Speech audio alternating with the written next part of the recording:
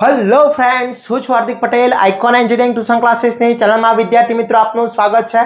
Diploma semester 3 mechanical branch અને civil બ્રાન્ચની અંદર સબ્જેક્ટ આવે છે મોસ અને સોમ.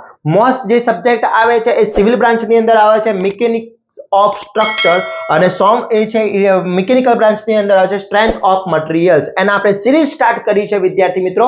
એનો પાર્ટ નંબર 2 ચેપ્ટર નંબર 1 અને પાર્ટ નંબર 2 આજે તમારા સમક્ષ રજૂ કરી રહ્યો છું. ઓલરેડી પાર્ટ નંબર 1 મેં અપલોડ કરી દીધો છે. એમાં ટોટલી ફોર્મ્યુલાસ મેં તમને સમજાવી દીધી છે ટોપિક નંબર 1 ની. તો આજે એના આપણે એક્ઝામ્પલ જોવાના છે. જોડે જોડે વિદ્યાર્થી મિત્રો તમે ચેનલ ઉપર નવા હોય તો ચેનલને સબસ્ક્રાઇબ કરી દેશો, બેલ આઇકોન ઓન કરી દો જેથી નવા વિડિયો આવે તરત જ નોટિફિકેશન આવી જશે. બીજું ખાસ ઇમ્પોર્ટન્ટ આપણું WhatsApp ગ્રુપ ચાલી રહ્યું છે. એની અંદર દરેક બ્રાન્ચનું એક કોમન WhatsApp ગ્રુપ છે સેમેસ્ટર 3 માટેનું. તો ફટાફટ જોઈન થઈ જશો. એની લિંક પણ ડિસ્ક્રિપ્શનમાં મૂકેલી છે.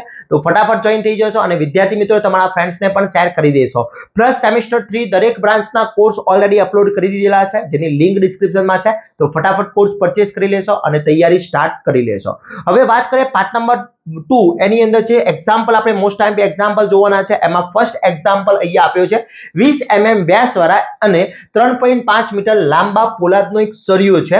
એક લાંબો પોલાદનો સળિયો લેવામાં આવ્યો છે અને એ લાંબો પોલાદનો સળિયો જે છે એની અંદર એમને કીધું છે કે એક પોલાદનો સળિયો છે, એનો ડાયામીટર કીધો છે, ડાયામીટર આપી દીધો છે, ડી આપી દીધો છે 20 mm, ડાયામીટર 20 mm આપી દીધો છે અને બીજું અને એને કીધું છે લેન્થ કીધી છે 3.5 મીટર કીધી છે. ઓકે, આટલી વસ્તુ કીધી છે. લંબાઈમાં થતો વધારો કીધો છે એટલે અહીંયા હું જોડે જોડે ડેટા લખતો રહીશ. પહેલા હંમેશા ડેટા લખી નાખવાના. ડી બરાબર આપ્યો છે 20 mm, ડી બરાબર 20 mm. બીજું વસ્તુ એને આપી છે મને એલ આપી દીધો છે, એલ આપ્યો છે 3.5 મીટર એટલે મીટરને આપણે ઉપર mm માં છે એટલે કાં તો mm માં કાં તો મીટર બંનેમાં કોઈ એકમાં કન્વર્ટ એટલે બને ત્યાં સુધી આપણે mm માં લેન્થને mm માં લઈશું. તો અહીંયા 3.5 એટલે 3500 mm થઈ જશે. કેમ 3500 mm? કારણ કે 1 mm is equal to 1 metre બરાબર 1000 mm. આ વસ્તુ મેં તમને લખાવેલી છે. ચલો એના પછી વાત કરીએ. એના ઉપર શું કહે છે 50 કિલો ન્યૂટનનો અક્ષીય તાણ બાર એટલે તાણ બાર એટલે ટેન્સાઇલ ફોર્સ લાગે છે એટલે P લાગે છે 50 કિલો ન્યૂટન એટલે એને ન્યૂટનમાં ફેરવો તો 50 ગુણ્યા 10⁻³ ન્યૂટન જેટલો ફોર્સ લાગે છે. હવે લંબાઈમાં થતો વધારો કીધો છે. લંબાઈમાં થતા વધારાને આપણે કહીએ છીએ ડેલ્ટા એલ. ડેલ્ટા એલ કીધો છે 1.75 mm. કેટલો 1.75 mm વધારો છે. તો સ્ટ્રેસ, સ્ટ્રેન અને યંગ માપાંક શોધવાનો છે. ફાઇન્ડ કરવાનો છે sigma stress, epsilon strain and modular of elasticity અથવા યંગ માપાંક શોધવાનું છે. આટલી વસ્તુ ફાઇન્ડ કરવાની છે. ક્લિયર? તો સૌ પ્રથમ આપણે ફર્સ્ટ શું કરીશું? ફર્સ્ટ ફાઇન્ડ કરીશું ફાઇન્ડ સ્ટ્રેસ. હવે સ્ટ્રેસનું સૂત્ર છે સિગ્મા બરાબર P upon A. P એટલે ફોર્સ એરિયા. હવે એરિયા આપેલો નથી તો ફર્સ્ટ ઓફ ઓલ મારે અહીંયા શું કરવું પડશે? એરિયા ફાઇન્ડ કરવો પડશે. ચલો અહીંયાથી આપણે એરિયા ફાઇન્ડ કરી લઈએ. ઓકે, એરિયા શું આપ્યો છે? Area is equal to pi upon 4 ગુણ્યા ડી સ્ક્વેર.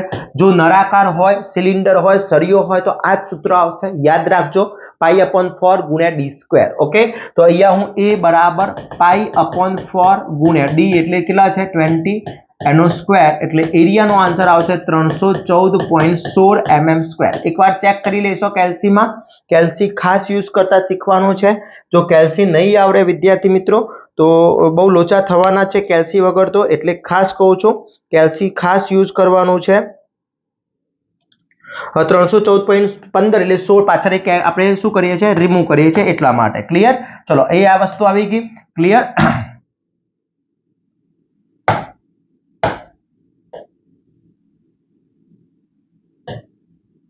ઓકે, ચલો હવે એના પરથી ફાઇન્ડ કરી દઈએ. ફાઇન્ડ સ્ટ્રેસ સિગ્મા બરાબર P upon A.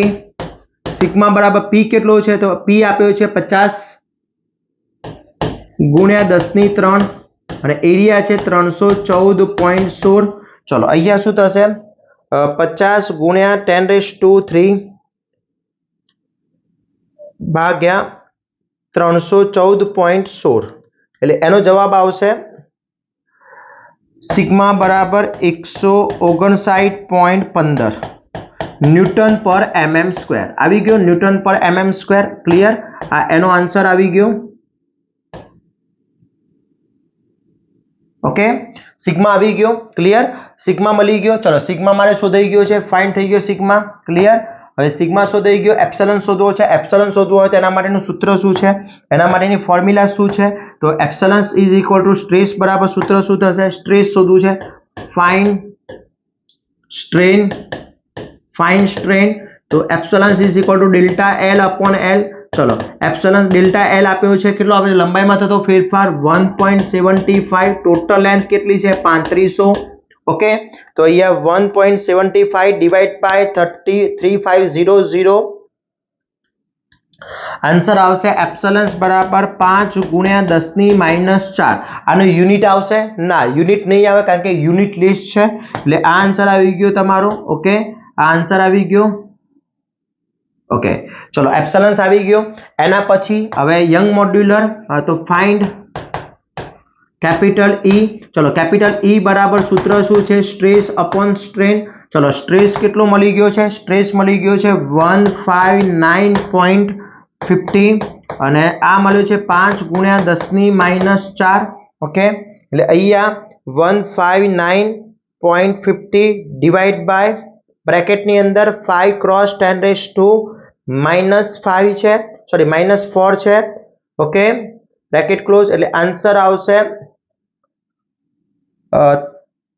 318 capital E આવશે 318.3 क्रॉस 10⁻³ ન્યૂટન પર mm સ્ક્વેર આટલો આન્સર આવે છે વિદ્યાર્થી મિત્રો એકવાર ચેક કરી લેશો કેલ્સી ની અંદર ઓકે એનો આઈડેન્ટિફાઈ કરી લેશો ખાસ વસ્તુ એક એક ચેપ્ટર સોરી એક એક સ્ટેપ તમારે ગણવાનું છે અને એક એક સ્ટેપ પરફેક્ટલી ચેક કરવાનું છે કારણ કે બહુ જ ઇમ્પોર્ટન્ટ હોય છે આપણે કેલ્સી વસ્તુ આપણે જે યુઝ કરતા હોય છે કેલ્સીમાં જો પણ થોડી પણ કોઈ ફેરફાર થતો હોય છે તો પ્રોબ્લેમ થતો હોય છે તો આ તમારો આન્સર થઈ ગયો હજી આને તમારે બીજી રીતે લખવું હોય 318 છે એને બીજી રીતે લખવું હોય તો શું લખાશે વિદ્યાર્થી મિત્રો એને E બરાબર લખી શકાય 3.18 ગુણ્યા 10 ની 5 પણ લખી શકાય ઓકે આ એનો આન્સર થઈ ગયો તો આ રીતનો એક્ઝામ્પલ પૂછાતો હોય છે ટોપિક નંબર 1 બહુ મોસ્ટ આઈએમપી છે ખાસ કરવાના છે સૂત્રો યાદ રાખવાના છે સિમ્પલ એની ફોર્મ્યુલાઝ યાદ રાખવાની છે ઓકે ચલો એના પછી નેક્સ્ટ એક્ઝામ્પલ જોઈએ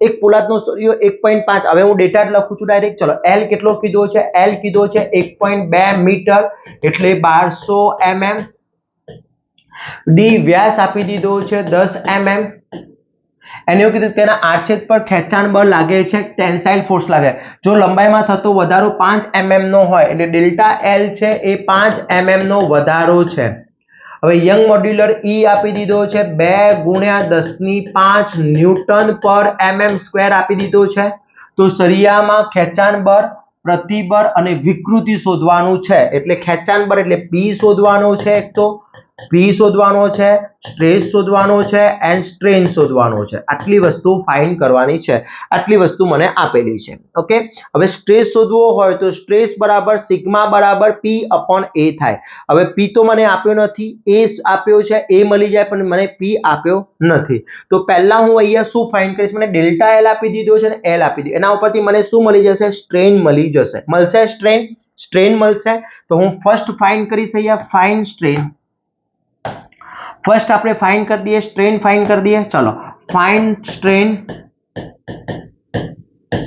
स्ट्रेन एप्सिलॉन बराबर delta L upon L epsilon delta L kilo છે 5 mm નો અને ટોટલ લેન્થ છે 1200 ચલો 5 ભાગ્યા 1200 કરી લઈએ આપણે 5 ડિવાઇડ બાય 1200 તો આન્સર આવશે એપ્સિલॉन ઇઝ ઇક્વલ ટુ 4.16 ક્રોસ 10⁻³ એટલે અહીંયા 7 લઈ લઉં છું ઓકે 6 આવે છે એટલે 7 લઈ લઉં છું ક્લિયર ઓકે ચલો આટલું આવી ગયું સ્ટ્રેન આવી ગયો હવે યંગ મોડ્યુલર મને આપી દીધો છે તો અહીંયા આપણે કરીએ E બરાબર કેપિટલ E બરાબર સ્ટ્રેસ અપોન સ્ટ્રેન ચલો સ્ટ્રેસ બરાબર શું થશે કરતા બને તો કેપિટલ E ગુણ્યા સ્મોલ e ચલો કેપિટલ E કેટલો છે 2 ગુણ્યા 10 ની 5 ગુણ્યા 4.17 ગુણ્યા 10 ની -3 ઓકે ચલો અહીંયા શું થશે 2 ગુણ્યા 10 ની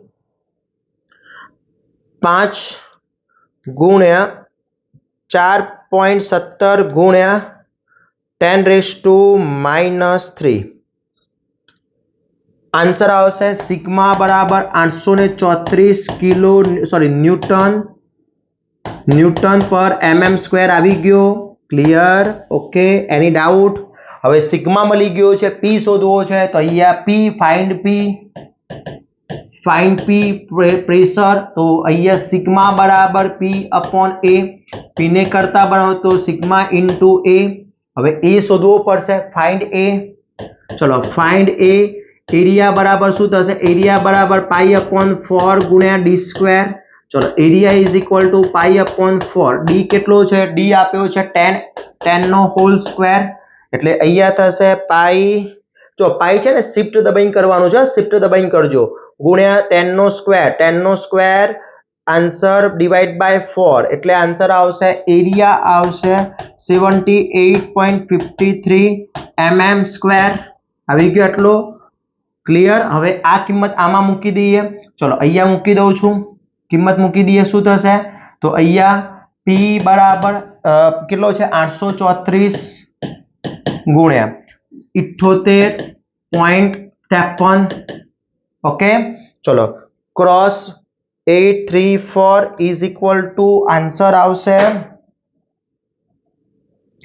એનો આન્સર આવશે p બરાબર 65.50 ન્યૂટન જેટલો એનો આન્સર આવશે. આન્સર આવશે ન્યૂટનની અંદર. શામાં આવશે? ન્યૂટનની અંદર આન્સર આવશે. ક્લિયર? ચલો આમાં કોઈને ડાઉટ છે વિદ્યાર્થી મિત્રો?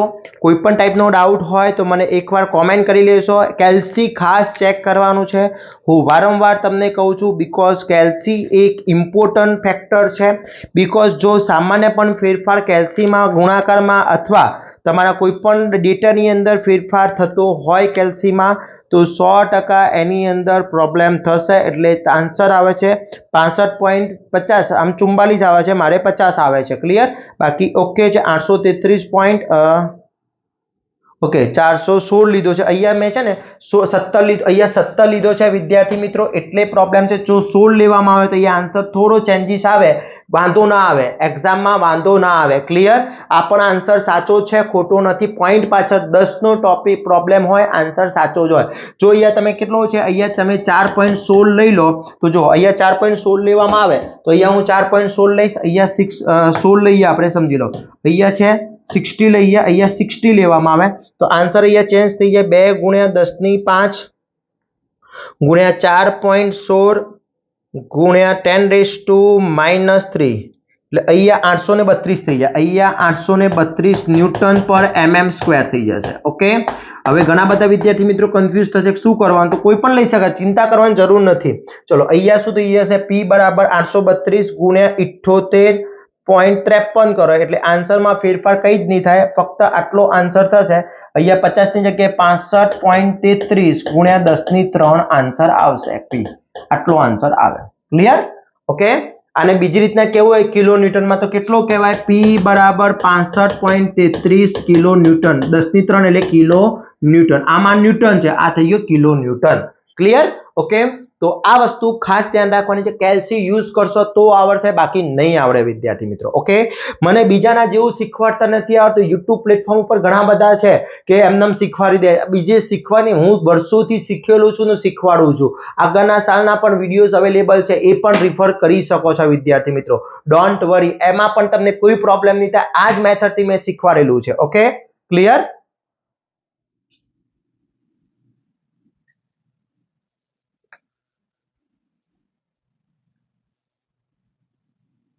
ઓકે, ચલો હવે નેક્સ્ટ જોઈએ. એના પછી ચલો નેક્સ્ટ એક્ઝામ્પલ જોઈએ. એના પછી તો એક પોલાદના તાર વડે 5 કિલો ન્યૂટન વજનનો ભાર ઉચકવાનો છે. એટલે p કેટલો કહી દીધો છે? p ભાર ઉચકવાનો એટલે p આપી દીધો છે 5 કિલો ન્યૂટન.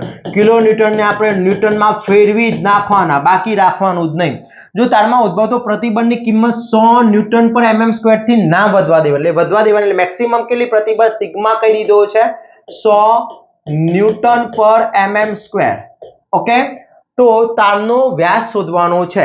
શું શોધવાનો છે? d શોધવાનો છે, ડાયામીટર શોધવાનો છે. તો સિમ્પલ એક્ઝામ્પલ છે, એકદમ સિમ્પલ છે.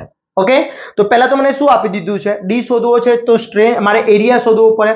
ઓકે, ચલો એરિયા માટેનું સૂત્ર પહેલા તો શું કરવું પડે? સ્ટ્રેસ બરાબર p upon a. p upon a થાય.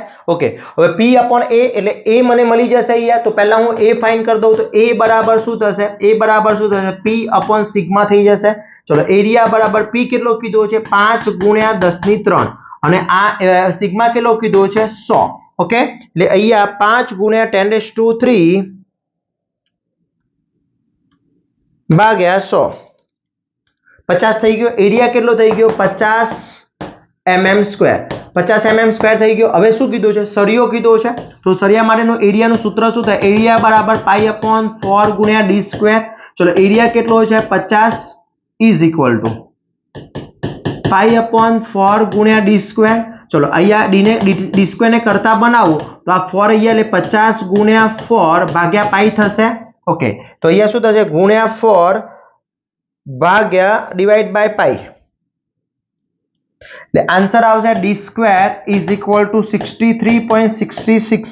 ઓકે, હવે d બરાબર અંડરરૂટ થઈ જશે. અંડરરૂટ 63.66 એટલે અંડરરૂટ આન્સર એટલે આન્સર આવશે d બરાબર 797.